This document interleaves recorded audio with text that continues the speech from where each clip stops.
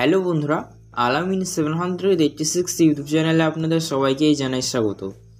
আপনারা জানেন কেন্দ্র সরকার ও রাজ্য সরকারের বিভিন্ন প্রকল্প কিন্তু চালু আছে, আর এই সমস্ত প্রকল্পে আবেদন করলেই খুবই সহজে কিন্তু আপনাদের আর্থিক সহায়তা মেলে। তো তেমনই পশ্চিমবঙ্গ রাজ্য সরকার অর্থাৎ মমতার বড় একটি প্রকল্প লক্ষ্মীর ভান্ডার প্রকল্প আপনারা জানেন, যেটি মহিলাদের জন্য, শুধুমাত্র মহিলাদের জন্য চালু। তো ইতিমধ্যেই পশ্চিমবঙ্গ রাজ্য সরকার মহিলাদের জন্য একাধিক নতুন প্রকল্প চালু করেছে। ইতিমধ্যে মহিলাদের জন্য তো একাধিক প্রকল্প রয়েছে, তার মধ্যে লক্ষ্মীর ভান্ডার বিশেষভাবে জনপ্রিয়, রূপশ্রী, কন্যাশ্রী, যুবশ্রী, একাধিক প্রকল্প কিন্তু রয়েছে। তো এবার সর্বশেষে আপনাদের জন্য সুখবর, ইতিমধ্যে একটি প্রকল্প চালু আছে মহিলাদের জন্য। এই প্রকল্পের নামটি হলো জাগো প্রকল্প, আপনারা জানেন। তো এই জাগো প্রকল্পের নাম আপনারা অনেকেই হয়তো শুনেছেন, কিন্তু এখনো পর্যন্ত আজ পর্যন্ত কারা কারা জাগো প্রকল্পে আবেদন করেছেন নিচে কমেন্ট বক্সে কমেন্ট করে জানান। আপনি যদি জাগো প্রকল্পে এখনো পর্যন্ত আবেদন করে উঠতে না পারে থাকেন, তাহলে অবশ্যই আজকের এই ভিডিওটি সম্পূর্ণ দেখবেন। আজকের এই ভিডিওটির মাধ্যমে আপনারা জানতে চলেছেন মহিলাদের জন্য নতুন প্রকল্প চালু হয়েছে, জাগো প্রকল্প। এই প্রকল্প সম্বন্ধে কিন্তু অনেকেই ভালোভাবে জানে না, যার কারণে আবেদন করে উঠতে পারেনি। তো এই প্রকল্পটি সঠিক কাদের জন্য, এই প্রকল্পে আপনারা কিভাবে আবেদন করতে পারবেন, কি কি কাগজপত্র লাগবে, কারা আবেদন করবার জন্য যোগ্য, সমস্ত ডিটেইলস কিন্তু এই ভিডিওটির মাধ্যমে থাকবে। অবশ্যই জাগো প্রকল্পে আপনি একজন মহিলা হয়ে থাকলে আবেদন করতে পারবেন। তো এবার এই জাগো প্রকল্পের ফর্ম তাহলে কোথায় পাওয়া যাবে, কোথায় গিয়ে জমা করতে হবে, সেই সমস্ত কিছু জানাবো। তো আপনারা জানেন মহিলাদের মধ্যে এই মুহূর্তে সব থেকে বড় এবং জনপ্রিয় প্রকল্প হচ্ছে লক্ষ্মীর ভান্ডার। তো এই লক্ষ্মীর ভান্ডার প্রকল্পের থেকেও কিন্তু বড় প্রকল্প আপনারা বলতে পারেন, কেননা এই প্রকল্পে আপনারা একবারে 5,000 রুপিস কিন্তু পাবেন। আর লক্ষ্মীর ভান্ডার প্রকল্পে কি হয়, প্রত্যেক মাসে মাসে আপনাদের ব্যাংক অ্যাকাউন্টে আর্থিক সহায়তা মেলে, কিন্তু এই প্রকল্পের মাধ্যমে আপনাদের প্রতি বছর দেওয়া হবে, প্রত্যেক বছর 5,000 রুপিস করে দেওয়া হবে। তো আপনি এই প্রকল্পে আবেদন করতে চান কি চান না, অবশ্যই নিচে কমেন্ট বক্সে কমেন্ট করে জানান। জাগো প্রকল্পে আবেদন করার ফুল প্রসেস নিয়ে আজকের এই ভিডিও। তো অবশ্যই আপনারা আজকের এই ভিডিওটি সম্পূর্ণ মনোযোগ দিয়ে দেখবেন। আপনাদের এই ভিডিওটি ভালো লেগে থাকলে অবশ্যই আপনারা লাইক করবেন, আমাদের এই চ্যানেলটিকে সাবস্ক্রাইব করবেন, পাশে থাকা বেল নোটিফিকেশন দিয়ে অল করবেন এইরকমই সরকারি প্রকল্পের ভিডিও সবার আগে পেতে। তো চলুন বন্ধুরা, ভিডিও শুরু করা যাক। সে সমস্ত তথ্য বিস্তারিতভাবে আমরা আজকের এই ভিডিওর মাধ্যমে জেনে নেব। এই সংক্রান্ত আমরা কিন্তু আপনারা অন স্ক্রিনে দেখতে পাচ্ছেন একটি কিন্তু ব্যানার বা একটি কিন্তু প্রতিবেদন ওপেন করে নিয়েছি, এবং এখানে দেখুন কি বলা হয়েছে। পশ্চিমবঙ্গ সরকারের তরফে মহিলাদের জন্য একটি বিশেষ উদ্যোগ হলো জাগো প্রকল্প।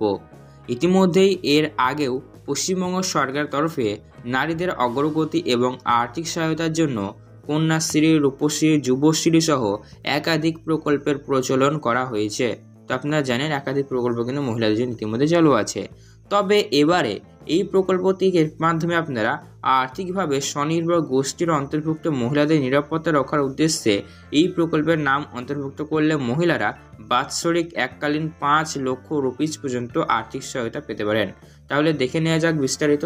তো বন্ধুরা, আপনারা প্রথমে হেডলাইনে দেখতে পেলেন স্বনির্ভর গোষ্ঠীর মহিলাদের জন্য কিন্তু এই জাগো প্রকল্পটি, অর্থাৎ যাদের সমবায় সমিতি বা বিভিন্ন গোষ্ঠীতে তাদের গ্রুপ রয়েছে, দল রয়েছে, তাদের জন্য কিন্তু, অর্থাৎ সেলফ হেল্প গোষ্ঠীর মহিলাদের জন্য এই জাগো প্রকল্প, অর্থাৎ যে সকল মহিলারা সেলফ হেল্প গোষ্ঠী বা স্বনির্ভর গোষ্ঠীর সঙ্গে যুক্ত তাদের জন্য কিন্তু এই জাগো প্রকল্প। তো রাজ্য সরকারের তরফ থেকে আর্থিকভাবে স্বনির্ভর নারীদের সুরক্ষা নিশ্চিত করতে, অর্থাৎ বন্ধুরা নারীদের মহিলাদের আরও এক কদম এগিয়ে নিয়ে যেতে নতুন কিন্তু একটি প্রচেষ্টা। তো নারীদের সুনিশ্চিত সুরক্ষা করতে, ভবিষ্যৎ সহায়তা করতে সরকারের তরফ থেকে এই জাগো প্রকল্পের কিন্তু অনুমোদন করা হয়েছে। মাননীয় মুখ্যমন্ত্রী মমতা বন্দ্যোপাধ্যায় তৃতীয়বারের মতো মুখ্যমন্ত্রীর পদে মনোনীত হওয়ার পর রাজ্যের মহিলাদের সুরক্ষা নিশ্চিত করতে নিজেই এই প্রকল্পের নামকরণ কিন্তু করেছেন জাগো প্রকল্প। তো এই প্রকল্পের তরফে রাজ্যের প্রায় 10 লক্ষ স্বনির্ভর গোষ্ঠীভুক্ত মহিলাদের 5 লক্ষ রুপিস পর্যন্ত আর্থিক সহায়তা প্রতিশ্রুতি দেওয়া হয়েছে, এবং এই প্রকল্পের জন্য বরাদ্দ অঙ্কের পরিমাণ 5,000 করোড় রুপিস। তো বন্ধুরা বুঝতে পারছেন, 10 লক্ষ স্বনির্ভর গোষ্ঠীর মহিলাদের 5 লক্ষ রুপিস আর্থিক সহায়তা 5 লক্ষ পর্যন্ত দেওয়া হবে। প্রায় নাই করে এই প্রকল্পের খাতে প্রায় 5,000 করোড় রুপিস কিন্তু বরাদ্দ হয়েছে। অবশ্যই এই প্রকল্পের নাম নথিভুক্ত করার আগে প্রার্থীদের অবশ্যই কিছু শর্ত বা নিয়ম পালন করতে হবে। আপনারা জানেন যে কোনো ক্ষেত্রে আপনারা যখন আবেদন করতে চাইবেন তখন আবেদন করবার জন্য অবশ্যই কিছু সেখানে টার্মস অ্যান্ড কন্ডিশন থাকে, যেগুলো আপনাদেরকে অবশ্যই মানতে হয়।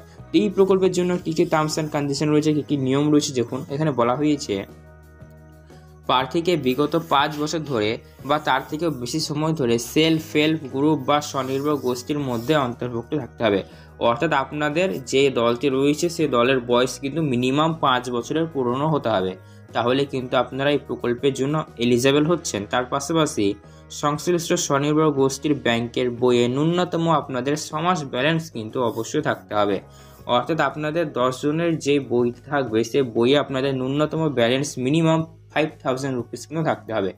তো এরকম হলে হবে না যে আপনাদের যে দলের বইটি রয়েছে সেই দলের বই হয়তো আপনাদের ব্যালেন্সই নাই, এরকম থাকলে হবে না। অবশ্যই ভালো মতো একটি মোটা অঙ্কের কিন্তু ব্যালেন্স রাখতে হবে, যা এখানে বোঝা যায় যে আপনাদের দলটি অ্যাক্টিভ আছে, ঠিক আছে। তো অবশ্যই সেই বইয়ে পয়সা জমা করতে হবে আপনাদের। তার পাশাপাশি দেখুন বলা হয়েছে স্বনির্ভর গোষ্ঠীগুলিকে ট্রাম লোন এর খাতায় নাম নথিভুক্ত থাকলে, অর্থাৎ অন্যতম মানে ন্যূনতম আপনাদেরকে একবারও দেখাতেই হবে, মানে সেই দলের মাধ্যমে বা যেখানে আপনাদের গ্রুপে রয়েছে সেখানে আপনারা লোন নিয়েছিলেন, তো সেই লোন নেওয়ার একটা আপনাকে ডিটেলস বা আইডি প্রুফ দেখাতে হবে, ট্রানজাকশন আইডি কিন্তু দেখাতে হবে যে আপনারা লোন বা নিয়েছিলেন আর কি, অতীতকালে লোন নিয়েছিলেন এরকম একটা ট্রানজাকশন দেখাতে হবে। তো এই কিছু যোগ্যতা এর মধ্যে যদি আপনি থেকে থাকেন অবশ্যই তাহলে আপনি জাগো প্রকল্পের আওতায় কিন্তু চলে আসছেন। তার পাশাপাশি দেখুন বলা হয়েছে সকল রকম তথ্য দিয়ে সঠিকভাবে পূরণ করে নির্দিষ্ট সময়ের মধ্যে বিডিও অফিসে আপনাদেরকে অবশ্যই জমা করতে হবে। তাহলে আপনারা বুঝতেই পারছেন জাগো প্রকল্পের জন্য আপনাকে কোথায় জমা করতে হবে ফর্ম, অবশ্যই কিন্তু বিডিও অফিসে আপনাকে জমা করতে হবে। তো অবশ্যই এই যোগ্যতা বা এই নিয়মের মধ্যে যদি আপনি পড়ে থাকেন তাহলে অবশ্যই আপনারা জাগো প্রকল্পের জন্য এলিজেবল হয়ে যাচ্ছেন।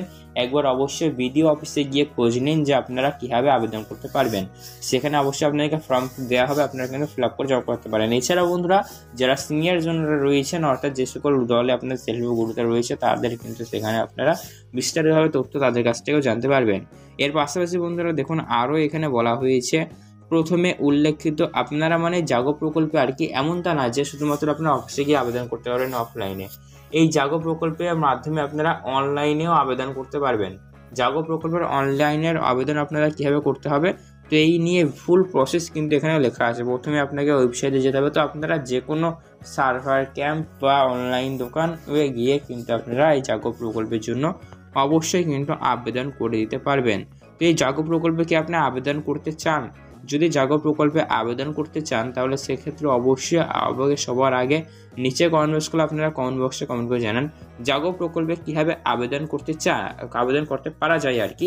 এই নিয়ে ভবিষ্যতে ডেডিকেটেড ভিডিও অবশ্যই চ্যানেলে আসবে, তাই যারা অবশ্যই আমাদের চ্যানেল থেকে বলবো এখনও পর্যন্ত যারা সাবস্ক্রাইব করেননি অবশ্যই আপনারা আমাদের এই চ্যানেল থেকে সাবস্ক্রাইব করবেন, পাশে থাকা বেল নোটিফিকেশন থেকে অল করবেন। আর এই জাগো প্রকল্প রিলেটেড আপনাদের মনে কোনো রকমের প্রশ্ন থেকে থাকলে তাহলে সেক্ষেত্রে অবশ্যই নিচে কমেন্ট বক্সগুলো আপনারা কিন্তু কমেন্ট বক্সে কমেন্ট করে জানাতে পারেন। এছাড়া বন্ধুরা জাগো প্রকল্পের একটি অফিসিয়ালি হেল্প ডেস্ক নাম্বার, অর্থাৎ আপনারা জাগো প্রকল্পের অফিসের জন্য আপনারা আবেদনের জন্য বা আপনাদের জাগো প্রকল্পের রিলেটেড যে কোনো প্রশ্নের জন্য অবশ্যই একটি হেল্প ডেস্ক নাম্বার আছে। তো এই যে স্ক্রিনে নাম্বারটা আপনারা দেখতে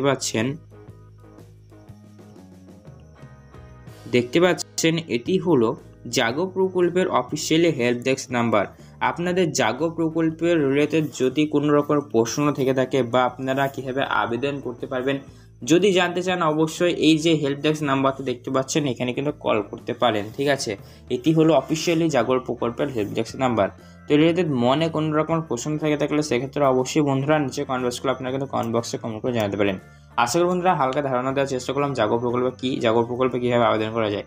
তো জাগো প্রকল্পে যারা আবেদন করতে চান অবশ্যই কমেন্ট বক্সে কমেন্ট করে জানাবেন, তবেই কিন্তু ভিডিও আসবে কীভাবে আবেদন করতে পারা যাবে সে নিয়ে ডেডিকেটেড ভিডিও, ঠিক আছে। ধন্যবাদ, আজকে দেখা হবে নেক্সট ভিডিওতে।